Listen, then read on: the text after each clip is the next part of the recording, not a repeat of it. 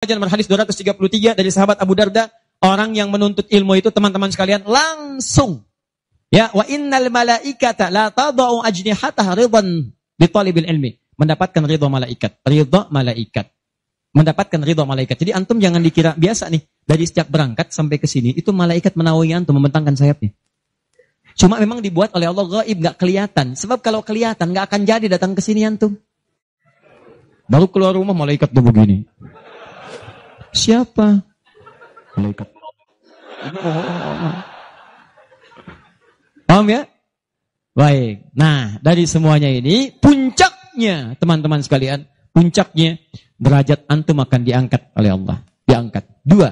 Satu karena ilmunya, kedua karena imannya. Dalilnya Quran surah ke-58 ayat 11. Yarfa'illahu alladhina amanu minkum walladhina utul ilma darajat. Di saran saya, setiap ada majelis ilmu, ayo datangi.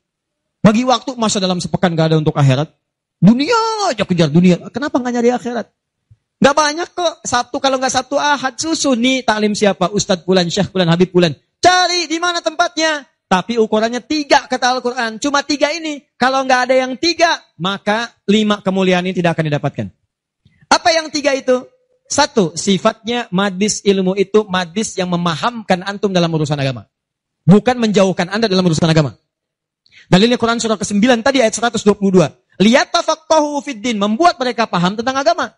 Jika kalau ada majlis yang hanya membuat tertawa, tidak ada isinya, bahkan menjauhkan antum dari Allah, ngolok-ngolok ayat Al-Quran, ngolok-ngolok hadis dan sebagainya, maka yang seperti itu bukan majlis yang dimaksudkan lewat ayat tadi. Jelas? Ya. 2. Syaratnya kata Allah, kalau antum ingin masuk majlis, statusnya disyahid, maka antum mesti berniat dengan benar saat masuk ke majlis ilmu untuk memahami itu dengan mencatatnya dan memahaminya. Di begitu antum paham, catat, bawa catatan itu untuk kembali sampaikan kepada orang-orang yang tidak belajar.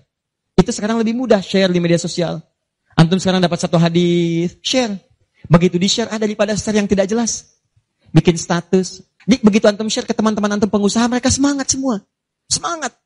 Antum jangan lupa begitu diinjakan kaki bekerja karena Allah, setiap tapak itu pahala. Kirimkan ayatnya. Kawan-kawan, Quran surah ke-4 ayat 34, berita gembira untuk kita. Niatkan yuk karena Allah. Begitu di-share, mereka lihat 10 orang meniatkan karena Allah. Antum dapat bagian pahalanya tanpa dikurangi sedikit. Kirim. Jelas? Saya sedikit detilkan. Mengangkat ilmu dan iman itu bersamaan disebutkan. Yarfa'illahu alladhina amanu minkum walladhina utul ilma darajat.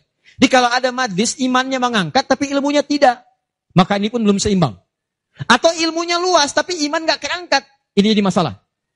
Apa ciri orang terangkat imannya? Maka dia gemar menunaikan amal soleh. Maka jika anda menemukan majlis-majlis mendorong anda mengerjakan amal soleh, ikuti majlis itu. Dan saya katakan pada anda, kalau materi saya tidak membuat anda dekat dengan Allah, membuat anda terbuang untuk beramal soleh, tinggalkan saya. Cari ustadz yang lebih baik. Saya bukan ustadz seperti yang disyarat oleh Al-Quran. Cari majlis lain. Tapi cari ustadz-ustadz yang membuat anda dekat dengan Allah. Cari. Kedua, ilmu anda meningkat. Ilmu meningkat itu apa cirinya? 2 cirinya. 1, dengan ilmu itu memudahkan anda ibadah. Misal, sholat. Belajar sampai paham bacaan dan gerakan sholat. Supaya mudah ibadahnya, khusyunya dapat.